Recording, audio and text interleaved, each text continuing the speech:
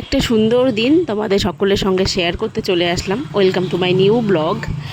আর দিনটা ছিল খুব স্পেশাল। আমি আর আমার বোন দুজনে মিলে চলে গেছিলাম কোচবিহার গেছিলাম আমরা। ছোটোখাটো কিছু কাজ ছিল, সেগুলো করে একটু টাইম স্পেন্ড করব, দুজনের সঙ্গে ঘুরবো। তো তার আগের দিন রাত্রে দেখলাম যে জুডিওতে সেল দিচ্ছে, তো ভাবলাম আমরা যখন কোচবিহারে যাচ্ছি একটু জুডিওতে চলে যাই। গিয়ে তো দেখলাম, যেটা সত্যি কথা, সেল বলতে সেরকম আমার কাছে কিছুই মনে হয়নি। কিছু কিছু জিনিসের ওপর সেল ছিল, তবুও যেগুলো সাইজে হচ্ছিল না, যেগুলো সেভাবে পছন্দ হচ্ছিল না।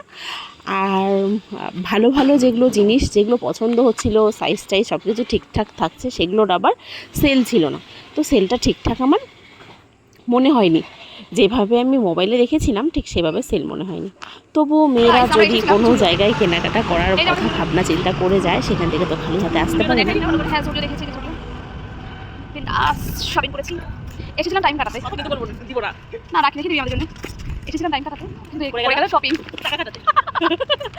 লেভেলেরই শপিং করলাম, লেভেলের বাইরে শপিং করলাম, তাও কিছু কিছু রেখে দিয়ে আসতে হলো। এক টোপলা হয়ে গেছে, আমরা আরও এক টোপলা রেখে আসলাম। আর হচ্ছে 1 তারিখের জন্য অন্নপূর্ণা ভান্ডার। এখন আমরা কি খুঁজতেছি? এই তো নিরামিষ রেস্টুরেন্ট। কোচবিহারে খাবারের জন্য খোঁজা হচ্ছে ভালো খাওয়া যায়। আমি আবার এগুলো বিশেষজ্ঞ, তো আমার দ্বারা এগুলো হয় না। তারপর আবার ভাবছিলাম অন্নপূর্ণা ভান্ডার পেলে আবার যাব, কিন্তু অন্নপূর্ণা ভান্ডারটা ছিল। আমরা আসলে ভগবানের কাছে বলছিলাম যে আজকে ওয়েদারটা যেন খুব গরম না, মানে খুব একটা মিষ্টি সুন্দর ওয়েদার থাকে, তাই ভগবান আমাদেরকে খুশি করার জন্য মিষ্টি দিয়ে দিল। আমি ভিজে গেছি, ভিজে গেছি। হ্যালো ভাই, তোমরা কিছু দেখতে পাবে যাবো এই তোমরা রাজবাড়ির সামনেই।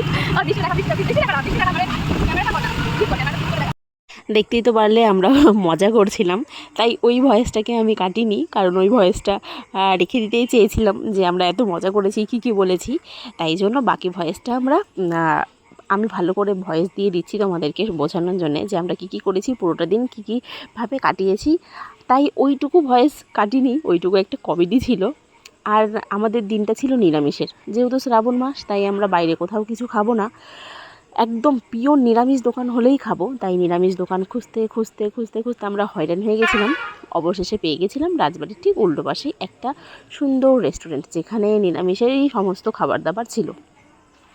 কথা বলতে বলতে দেখতেই পারলে আমরা রাজবাড়ির ভেতরে ঢুকেও পড়েছি। বৃষ্টিটাও মোটামুটি কমে গেছিলো, আর এত সুন্দর ওয়েদার ছিল বৃষ্টিটা কমার পর, যে কি বলবো, এত ভালো লাগছিল।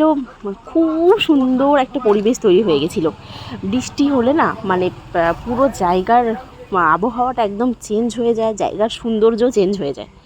আর আমাদের কতই না গল্প থাকে, আমরা বাড়িতে শুয়ে বসেও গল্প করি, কিন্তু ওখানে গিয়ে এত মজা করেছি, গল্প করেছি, ফটো তুলেছি, ভিডিও করেছি, রিলসও বানিয়েছি।